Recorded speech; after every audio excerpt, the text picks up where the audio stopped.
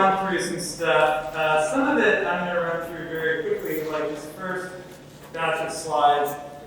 This first batch of slides is really just me reminding you that your professors, whatever you may see from us, we can pretty much photograph anything, right? So we can photograph an SRO in the Bowery, we can photograph a church, we can photograph some architectural installations, we can photograph a super fun site that's been turned into an art installation. We can photograph watercolor paintings of labias with people sticking their feet out of them, or performance art, I guess those are sort of the same thing, or 10,000 brass, whatever these are, or some ugly diamond rings, or the most American flag cyclist ever, and lastly, a cyclist who had a bit part in The Godfather and now sings lounge songs at a major New York hotel. So one of the things that I think we all kind of, fall into, or that we get foisted upon us by editors, yada, yada, yada, is this notion of being a ex-photographer. And I think that if you haven't already realized it, as you go through and build your skills, you should be able, at the end of it, to be able to photograph pretty much anything that comes your way. So just, putting that. I'm going to talk a little bit about two topics related to photography, one of which is how does a photograph work, or what is a photograph for, right? We all take photographs. What's that about? And then sort of how does a photograph exist in the world around us? So, what is photography for anyway? So I was thinking about, this is older work, this is back, I don't even know, before you were born, 2008 or something. Thinking, I was like, he's right, I was born in 2010. So thinking about what the photograph is actually doing, we think about it showing us something, right? We think that we're sort of getting this visual impression of what something is from looking at the photograph. And we are, it is, kind of. But it's also doing something else, right? Like sort of photograph, not just the individual photographs, but photographs in the aggregate, right? Seeing all of these photographs over time, we're starting to build up this image of what something is to go along with our concept of that thing. So when I say the Hollywood sign, right, most of us, again, it's culturally specific, right? So if you're like, hey dude, I just moved here from Tibet, I have no idea what you're talking about, right? That's a separate thing. Most of us have a shared cultural background of things that include what is the Hollywood sign. Where did that come from? Well, again, most of us haven't been up there looking at the Hollywood sign in the Hollywood Hills or wherever it is, right? Most of us have gotten that not from reality, but through photographs. To the point where when I tell you that this is a photograph of the Hollywood sign, we can kind of fill that in our minds. This is the St. Louis Arch. This is the Washington Monument. And this, of course, is Mount Rushmore. So this was a series of photographs where I was really interested in that notion of this photographic after image, right? We have a photograph that lives in our mind. We've seen hundreds, perhaps thousands of examples of this particular thing. And so the reality of that place, right? Because most of us aren't in St. Louis, most of us aren't in whatever Dakota the Mount Rushmore is. So for most of us, the real thing is not actually the mountain, the arch, the monument. It's this sort of photographic image that we carry around with us. if Mount Rushmore were to disappear tomorrow, right, that wouldn't actually affect this shared understanding of Mount Rushmore. So this was me trying to make an image where the only thing in the picture was that after image, right? The only thing in the picture is this sort of shared understanding of what this place is. So that's one thing that photography does, right? It represents things to us, but then it gradually creates them in our minds to the point where the external thing kind of becomes irrelevant. When I look at a picture of my best friend, right, like, I'm almost not really seeing the picture, right? Because I look at that, I have this moment of recognition, and then all of this information about who she is, like, you know, what she sounds like, how tall she is, like shared memories, all of that comes in and sort of is more important, right? Or is more sort of front of mind than the sort of like nuts and bolts of like, okay, you know, is this exact image, right, pixel perfect of what she actually looks like? So what do we use photography for, right? If that's one of the ways that photography sort of exists for us, right? Most of us, I mean, not even most of us, most of like the universe of people who use photographs, most of us are not making pictures with that as our intent, right? We're not going out and we're like, you know what I'm going to do? I'm going to subvert the notion of an exterior object with my imagery and propagating it across culture, right? Is anyone doing that? Okay, well, you know, I've had my suspicions about you, and they've been confirmed. So most of the time, this is a guy, like, the way that, like, the widow in the picture is like, woo! That's why I took it. I love it. It's amazing. Why is he taking this picture? Like, you know, so I would ask people, right? I'd go to the museum, and this is at a moment, right? We've got a flip phone. I mean, he's like 100 years old, so maybe this was taken last week, but it wasn't. This was at a moment when, right, social media wasn't as big of a thing, but everybody had a camera, if not in their phone, at least like something they could put in their pocket, right? We didn't have these big bulky cameras anymore. And I would go around asking people in museums, like, what are you taking these pictures for? And most of them didn't really know. Right? Every so often you get an art history student, and they'd be like, well, I have to study who did this, and that's why I'm taking a picture. But most people are just like, I don't know. Which was super confusing, right? Because like most of the things that we do, we sort of at least have some idea or something to tell us, you know, tell ourselves what we're doing it for. And so that started me thinking about this idea of what photography, what we use, what people use photography for. Which took me to Times Square. Has anyone not been to Times Square? Good. It's a real hellhole, right? It's like, it's just the worst thing ever. It used to be bad because it was like seedy, and now it's bad because it's not. It's just never good. So I went to Times Square, and this is, I think, the last thing I really photographed on actual analog film. And was just watching people make pictures. And this was the moment where the camera went from something that covered up your face, right, to something that you held out in front of you. And so you can finally actually see people as they're making these pictures. And it was really interesting. There's this concentration of attention as they're looking through, or at, I guess really, the camera to whatever's in front of them. And again, right, this is before Instagram, if you can imagine. And so there wasn't an immediate audience for the pictures. They weren't taking it necessarily for someone. And so again, the question was, well, what are they doing with these cameras? What is this photography about? And thinking about it, it's really this process of making a memory, right? So you're a tourist, you come to New York, you go to Times Square because you know that that's where you're supposed to go, because there's literally no other reason to go there. And you're like, okay, I'm here, right?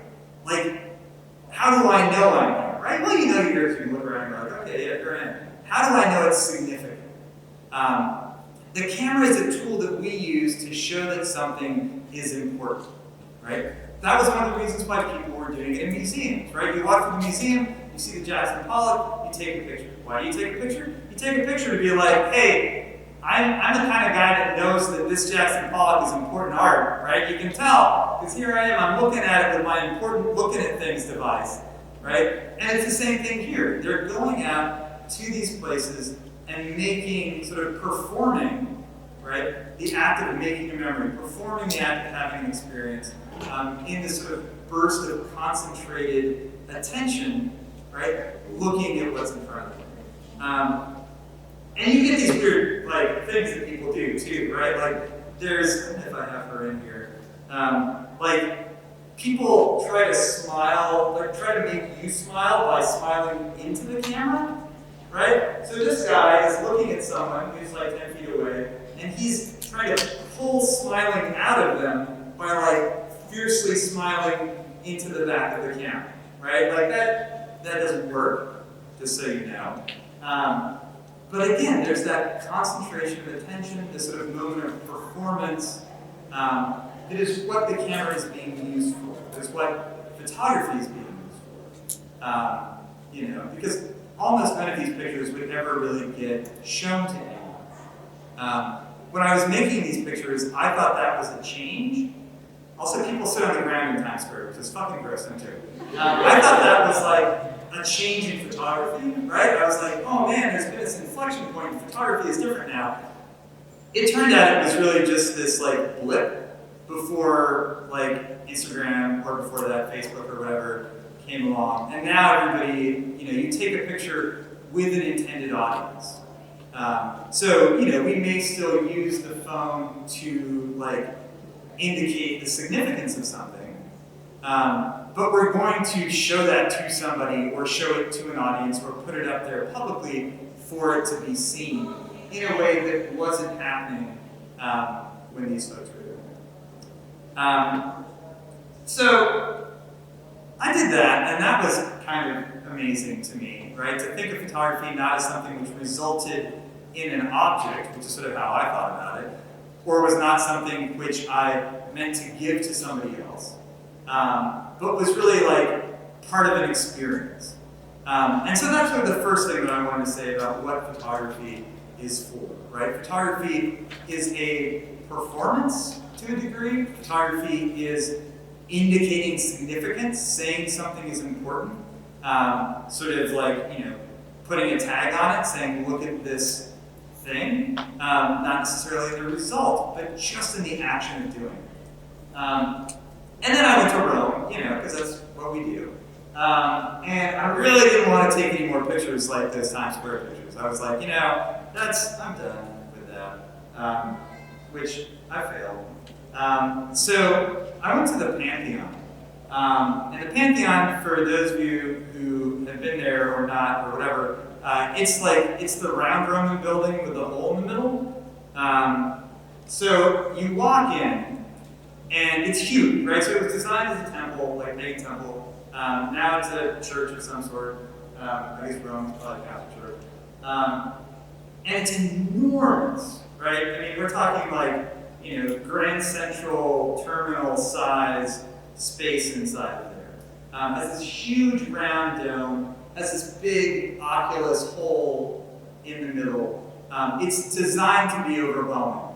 And legions of tourists walk in there, and the first thing that everybody does is like reach to the heavens, right, and like make this gesture and make a photograph. And I loved it, right? I mean, I loved it because you're like in this religious space, and it's like making everyone have this gesture of supplication where they like raise their hands to the air, like literally slack-jawed. And there's this sort of wonderment to it. And like, you know, I mean, I'm a photographer, so maybe I edited this down from like thousands of pictures that didn't look like this, but I really, really didn't, right? Like you could go in there and you could take this picture within 5 minutes. And so, right, like, think about, again, like, what are these people doing? Like, okay, yeah, they're indicating it's significant and whatever. But also their pictures are going to be trash, right? Because like it's this big dome with a bright hole in the middle of it. Getting a decent exposure out of that is really hard. None of their like little crappy cameras are ever going to do it. And it's also too big to photograph, right? I mean, it's almost too big to think about. It's just such a large space. And so again, spending days in there, watching people make images, thinking about what those images could be doing, what they could be doing. I came to this realization of another thing that photography is doing. And that's taking an infinite world and breaking it down into pieces that are comprehensible, right? So our camera, I mean, most of our cameras, maybe you have like a weird Kodak Brownie that has like a circular picture or whatever. Most of our cameras have a rectangle in the back, right? So if you take a moment and look around you right now, or just look forward, you know, just like look, you'll notice that there are no corners in your vision, right? It's just this big amorphous field of view, right? And there's even, it extends farther, right? Like I have, and if this were a scary movie, this would be the moment where something behind me was creeping up to stab me, right? I even have an understanding of the things that I can't see, right? I walk over here, I saw this stuff, whatever it is, like I sort of know it's there even as I'm looking at the stuff in front of me, which is not what the camera does. The way the camera sees things is in little pieces. And so these folks are coming into a space that is literally designed to overwhelm, a space that is designed to be awesome in sort of the old-fashioned sense of inspiring awe. And they're using the camera to break that down into a piece that you can literally wrap your hands around. So that's one of the other things that the camera and photography do, right? They give us a tool for breaking down the infinite into something finite that we can comprehend. Which sounds like a really fucking lofty thing, you know, and you're like, but I was really just trying to take a picture of my dog. You know, it's like, okay, well maybe not all the time, but kind of, right? Like, I want to understand what something is. When I take a picture, that gives me a way to look at it and hold on to it and stare at it, think about it more, and figure out what's going on. So that's another way that, you know, photography in the real world is used, right? That's another thing that photography is a tool for comprehension. This guy is amazing, like, love the outfit, love the purple glasses. She actually has like this beautiful little reflection of the Oculus in her glasses. I don't know what the hell that is, that's terrifying. This woman over here saw me taking the picture and was definitely like, I don't know what you're doing, but I'm going to stab you in the eyes. This was, I mean, okay, like behind the scenes. So this was the tourists were the last thing that I really shot on film because I had to, not because I like chose to. This was the first thing that I really, like a big project that I shot digitally. Oh my god, so much easier, like so much better. Everything about it was like magic, I love it. I'm not having to like take my Hasselblad back off and like kneel down in Times Square and change my film like every like whatever 12 shots, and at the end of the day my knees are filthy with God knows what. So I don't want to hear any like film fetishization from you people out there. So we did that, right? So we sort of looked at what people use photography for, looked at using it to sort of perform memory. We looked at using it to break down the world and make it something that's a little bit more comprehensible. But is there a photography that could actually know what it's looking at? Right? Is there a way to actually see something and really sort of like understand it in an unmediated way, right? Where we don't have to break it into little pieces, where we're not just looking at some sort of externality, where we're not looking at something and then, you know, having it sort of replace an external reality because we've seen 1,000 pictures of it. So, because like, I'm going through here and I'm basically like, okay, well, photography itself is fucking pointless, right? I'm like, okay, well, it's like, the picture doesn't do anything, it's just a weird performance, it's just a tool for like chunking experience into something that we can like get a handle on. And so thinking about that, these are photographs,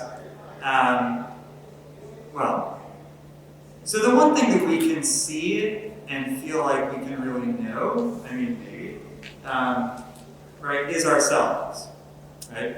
And, I'm not sort of in just like a self-portrait way, right? Because with the self-portrait, the audience for the self-portrait is always the other, right? If I like make a bunch of self-portraits and then only show them to myself, right? That's weird. But typically in a photographic context, the self-portrait is an image, I take an image of me to show to someone else, right? The self-portrait is who took it, not who sees it. But when we wake up in the morning and look in the mirror, right, that is perhaps the image that is as close to seeing something and knowing what it is as we can possibly get. So this is a series of images that was commissioned by New York Times Magazine, which I say to make myself sound cooler than I am, where we took a one-way mirror around to different locations in Manhattan, and then put that one-way mirror in, I never remember, by the way, if it's a one-way mirror or a two-way mirror. I guess it's a one-way mirror, right? Okay, I'm getting some nods, we're going with that. Any disagreement? Anyone two-way mirror? Two-way mirror? Shit. All right, I don't know. It's impossible to know. The universe is obscure to me. Put this mirror where I could see through it in these various locations in New York. So this one was at the old ICP, which is over by like 42nd Street, Bryant Park. I built this big fabric duvetine box behind it. I wore all black, like ninja suit with a ski mask and black gloves, because the more like if I'm lit up in there, right, I'll reflect off the backside and I'll see that in my picture. And I sat there waiting for people to look at themselves. And the first lesson I learned was that people are way less vain than I am, right? If you give me a shiny surface, I'm gonna stare at it. Right? Like if I like walk by a toaster, right? I'm just like, oh, hi toaster, like who's that in there? Most people aren't, which made this harder. But you get these moments where you as the camera are standing in the same sort of position as they are, right? Where you are the them, right? That they're making eye contact. They're looking into this mirror, they're locking eyes with themselves, and by positioning the camera in the right place, which also harder, I get them locking eyes with me at the moment where they're sort of seeing who they really are. I don't know, maybe that sounds like complete horseshit, but God, I love these pictures. Like the sort of, whenever we have a picture taken of ourselves, right? So if you were like, oh, I'm gonna take a picture of Brad, right? Like, I know that I'm having my picture taken, and I'm going to I'm gonna try and adjust myself, right, for the act of having my picture taken, right? I'm trying to compose the person that you're going to see. In these pictures, the person that they're seeing is themselves, right? If they're composing themselves at all, right, it's just for their own, like self-delusion? I don't know. Like, there seems to be, in a number of these, an honesty to the person being photographed or to the way that they appear and visually engage with the camera that I found super compelling. Some of these are in different locations. This was down on, I think, Houston Street. Right before this woman walked by, there was like a group of 3 teen girls who came up and spent like a good 5 minutes, like sort of like primping in the giant mirror as I'm like sitting behind it being like, oh, come on, please, really, can you go? There was also, we set up one location in some like boutique store in Soho, like in sort of a shop window, but you know, we're inside the store, so it's like there's like merchandise and then this big fabric box and then more merchandise. And at some point, like it was lunchtime, and so I like got out to like ask my assistant if she could go like grab sandwiches or something, and scared the shit out of these poor shoppers. Because like they're just sitting there, and all of a sudden this guy dressed entirely in black like crawls out of this box. The shoe was worth it just for that.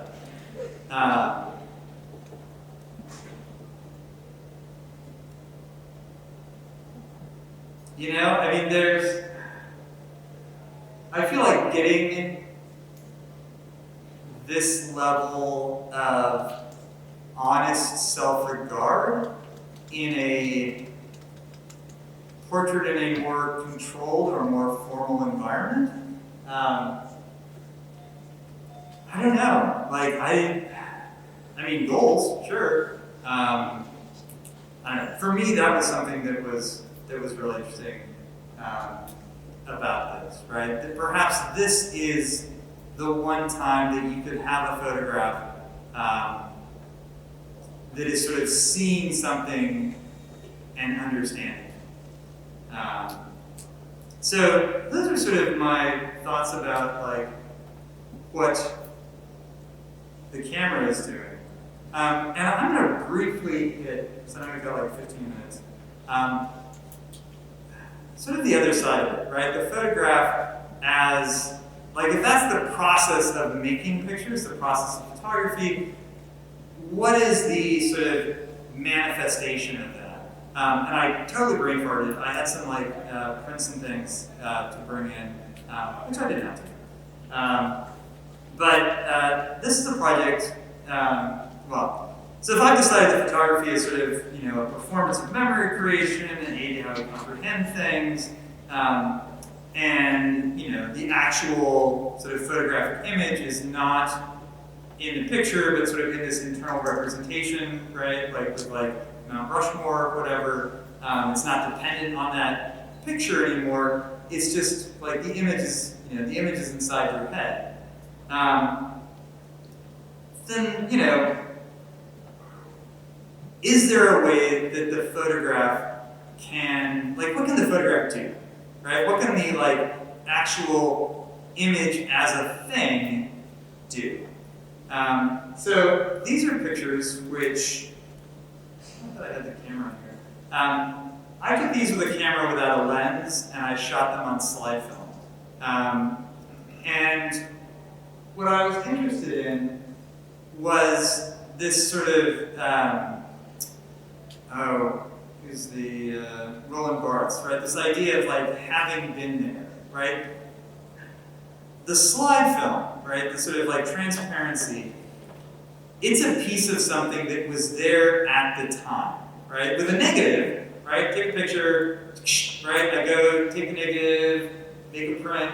This is how you make a print apparently. Print comes out, I have a print, right? The print wasn't there, right? You're like, dude, print, come on, right? Like, the slide film, it was there, right? It saw the shit go down. It was in the camera at the moment the image happened. So, shooting slide film, take the lens off, right? So there's nothing between this piece of acetate and whatever's happening outside. And I was interested in, can I make a picture that has the idea of sort of a relic, right? Like the idea of like the piece of the true cross, right? It's important because of where it was, right? It's important because of the thing that it went through. So I carried around this camera and was photographing sort of things that were emotionally significant. And obviously you can tell I was doing it around the time I had kids. And the thing that I really like about this series is that when you look at a picture that you took, right?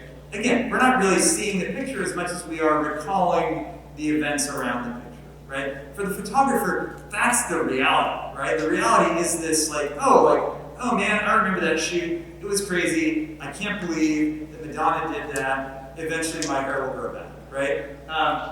When someone else sees it, they don't have any of that, right? It's by looking at somebody else's vacation pictures are so boring, right? Like I'm like, oh, hey, nice Thanksgiving, right? Like I don't know these people, doesn't matter to me, right? Whereas for me, my own Thanksgiving pictures, I'm like, oh my gosh, that was so funny. That was the time that like, you know, my uncle like fell over, or oh, I remember that was the last time that I saw grandma before she really started to go. Like any of those things, they're more interesting as this like internal jumping off point. And so this picture doesn't show you anything.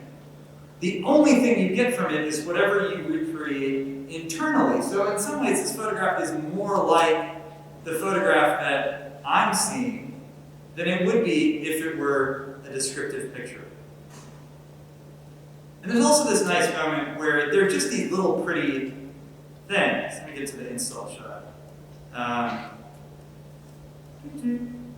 So they're all backlit. They're all on these like black boards. And so there are these glowing boxes that look sort of like little jewels. And so there's this great moment as you go up and see them, but then realize like, oh, right, there's nothing there, but they're sort of pretty, and then you go and read the text that's hanging up on that little sort of key over there, and realize what they're all about, and then all of them shift a little bit. So that was one thing that I thought the physical photograph could do, right? It could be a relic, it could be a totem. And I wondered, well, what would be that level of realness for digital? I'm going to let's just sit here so you're like, oh my God, is it going to be a pornographic picture? No! So these are all the zeros and ones that made up a pornographic picture. This is a 300-page book with 6-point font. It's made from an image that was a JPEG that was like, I don't know, 400 by 600. This is why photos are bigger files than Word documents, because it's a lot of data in there. The thing that was interesting for me about this was just the sort of the obscurity of it, the impossibility of seeing anything from it, that frustration of knowing there's supposed to be something titillating there, but I can't access it. And then also just like, we never see digital photography like this, right? We just think it's images. There's a sort of gap of understanding that all of those images has to be translated out of something that is at its base incomprehensible, right? The negative, right? You look at a negative, it may be reversed, but you know what it is. The digital file, not so much. This is the last one of these digital experiments. So I was going to a New Year's Eve party, I don't know, a year or two ago, and I put my camera in my like handlebar bag of my bicycle, and I biked to Williamsburg or whatever place this was, and my camera was turned on, and it took a bunch of pictures, right? But the lens pad was on. So because I'm poetic, I was like, my camera, it's dreaming, right? So I took all those pictures out, and I made a book called like, you know, My Camera Dreams or something. It was just a bunch of black frames. It was kind of, you know, intellectual bullshit. But then I took all of those frames and I brought up everything, right? Exposure, saturation, contrast, zoomed way in. And the thing that was amazing to me was, right, like all this like abstract data became these gorgeous patterns, right? Each of these is a pixel. It's the same exact area from each frame which looks completely black and, you know, undifferentiated when you look at the whole thing. So again, right, that notion of being able to pull some information, some new style of representation out of this digital file and have it manifest itself in a print in a different way. So this is the last thing I'll show you. So what is a photograph, right? As a photographic object, it can be a totem, it can be a relic. As a digital photographic object, it can be a source of information, right? It's just stuff in there that you can reach in there and manipulate. Those are things that I think we don't usually think about photography in those terms, but it's there, and I think it's totally fascinating. And the last thing that I'll show you, this is something that's super new. I just started doing this like a couple of months ago. I don't know what I'm doing. These are tin types. So it's like wet plate collodion. I brought one in again to show. Totally didn't do it. And it's this process, giant pain in the ass, right? Like it takes like 15 minutes, like you have to sit there, the exposures can be really long, the camera is enormous. I sit there with chemistry, I have like an apron and a headlamp and goggles, I look completely mad scientist, stains everywhere, totally ridiculous. And you get this image that isn't enlarged, right? It's just like 8 by 10 or 5 by 7. It's infinitely detailed. The tone is beautiful, it's super metallic, really gorgeous. And the thing that I realized about these that was so attractive to me, because I'm not a person photographer, is that it got back to something that photography used to have back in the olden days when you shot 4x5 and had Polaroid, was that you got something to give to someone. And so this is the last thing that I'll leave you with on what the photographic object can be. It's a collaboration, right? Because it takes, whatever, 20 minutes to make one damn picture. If something's wrong, you have to do the whole thing over, another 20 minutes, right? The person is sitting there, they have to sit really still, they have to behave themselves. It's like a back and forth. You're talking about stuff, you're going, you're getting chemistry, you're spilling stuff, you're talking again. Then you sort of put it in the back, it slowly emerges. There's this like moment of wonder that is shared between you and the person. And so it becomes a record of a shared experience, and it also becomes a gift that you give to someone. And so I've been thinking for so many years of the photograph as a one-way thing, right? I take a picture, it's there in the language, I take a picture of you, I have the picture, you don't, with this, the whole thing is sort of turned on its head, right? I make a single picture, I give it back to the person, they were there, we both make it together. And it really, for me, brought back something about what photography could be that I hadn't realized that I was missing. I think that's less fun. So, there you go. So that's the talk. Right? A little bit about what photography is, how we use it, right? What the performance is, the camera, what we're doing with that camera when we make pictures, and then also a little bit about what it is that we end up with, right? How it can take different forms, how those forms do different things, and then lastly, how we can make the process of making photographs be something which is a social action rather than simply a chemical or a performative or a memory action. So there you go. I'm going to put, by the way, these slides up on the website, so if you are super compelled by that, you can go through it. The homework for, I'll also put this movie on there because it's hilarious. Homework for next week. So, brief essay, reaction lecture, minimum 350 words. Things to think about besides those two questions at the top of how does a photograph work, how does a photograph manifest itself in the world. And by the way, feel free to disagree with me. I may be wrong. I'm not, but I mean, it's possible. How do you interact with photography on a daily basis, right? There is no person in this room who has not seen at least 100 photographs in one form or another today. What does that photography look like, feel like? What sort of object is it, right? Is it like a glass rectangle? Is it a piece of paper? Is it a billboard? Is it like something stuck to the side of the building? How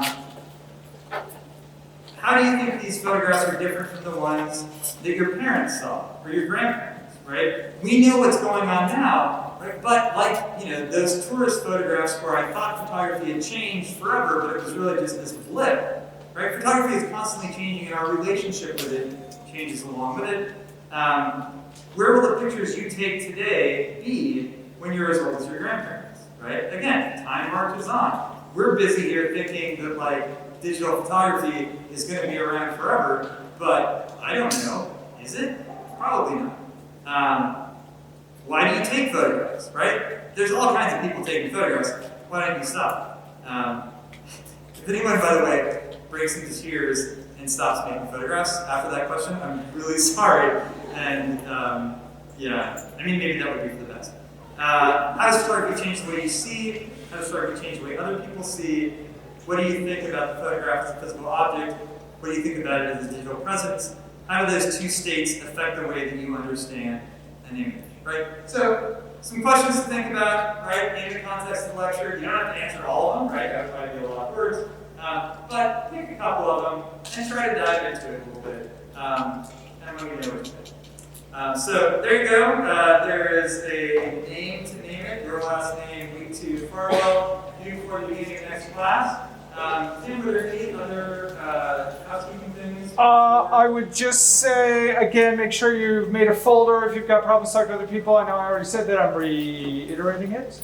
Before you leave, make sure you hit a sign-out sheet with your professor and enjoy the week. We'll see you in a week. For those of you who have Jessica, her sign-up sheet is over there too. So